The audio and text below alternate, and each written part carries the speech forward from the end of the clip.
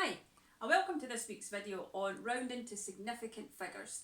This has been a request from one of my viewers, and it's something that comes up in the National 5 course. It comes up in other courses as well, and some people often wonder, why would you ever need to round to significant figures?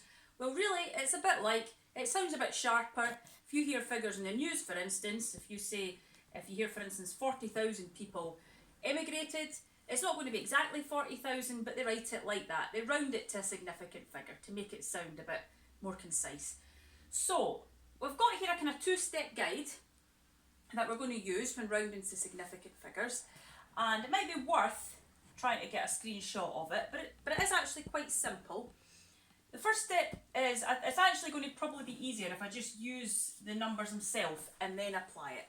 Okay, so we've got a question here, and it says round to 3 significant figures. And the number we've got is 5,476,238.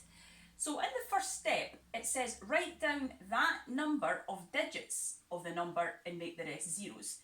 So it means write down the first 3 digits of the number and make the rest zeros. So we would have 5, 4, 7, so that's the first 3 digits, and then make the rest zeros. So this is what we've got at the moment. And then it says, look at the last of the non-zero digits that you wrote down, so it would be this one here, and decide if it stays up, if it stays the same, or if it goes up by 1. So that you decide this as if the next digit was greater than 5, then it will go up by 1. So you look at the next digit after the 7, and it is greater than 5. So that means, so because that's greater than 5, or greater than or equal to 5, that will go up to an 8. So instead of being 7, it will be 8. And that's our answer. We'll do another example. So this example here, we're asked to round to 2 significant figures, and we've got 72,925. So the first step, as before, is round to that number of digits and make the rest zeros. So if we have the first 2, we write down the first 2 digits and make the rest zeros. And then we look at the last of the non-zero digits that we wrote down, which was the 2. And you look at the one, so you look at the digit next to it, and if that's greater than or equal to 5, then this has to go up by 1. Well, 9 is greater than or equal to 5, so it means that this is going to round up to a 3. And there's our answer. We'll do another one. So this time we're asked to round to 1 significant figure, so we've got 4,327. So we write down that number of digits of the number. So we're just writing down the 4 because it's just 1, and we make the rest zeros. And you look at the last of the non-zero digits that you wrote down, which is that one, and decide if it stays the same or if it goes up by 1. So we decide that by, as we look at the next digit, and if it's greater than or equal to 5, it goes up. But if not, it stays the same. Well, because that's not greater than or equal to 5, it's just going to stay. It's 4,000. We'll do another example.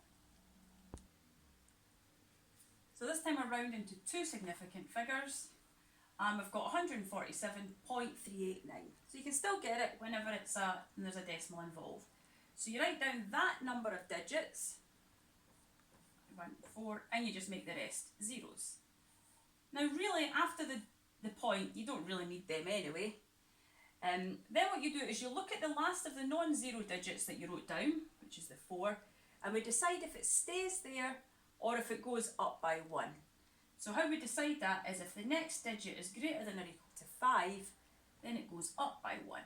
And it is greater than or equal to 5, so this will go up to 5. And we don't really need the 0.00 at the end, it's just going to be 150. Do another example. So this time we're asked to round to 3 significant figures. I should have my 3 up here. 3 significant figures.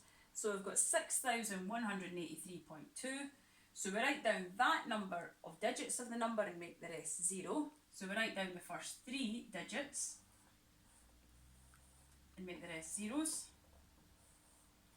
And you look at the last of the non-zero digits that you wrote down, which was the 8, and we have to decide if it stays the same or if it goes up by 1. And we do that by looking at the next digit, and if that's greater than or equal to 5, it goes up, but it's not, so it just stays the same. And we don't need the point 0 in the end. So that's an answer. We'll do another. So this example, we're asked to round to 2 significant figures. So we've got 3,429,516. So the first thing we do is write down that number of digits of the number and make the rest 0. So we write first 2 and make the rest zeros, like that. Then we'll look at the last of the non-zero digits that we wrote down, which was that one, and we have to decide if it stays the same or if it goes up by 1. So we'll look at the digit that comes after that, and if it's greater than or equal to 5, it goes up, but because it's not, it just stays the same. That's our answer. So this example, we're asked to round to 1 significant figure, and we've got 2,895.13. So first of all, we write down that number of digits. So we write down 1, we write down like that one there, and we make the rest zeros.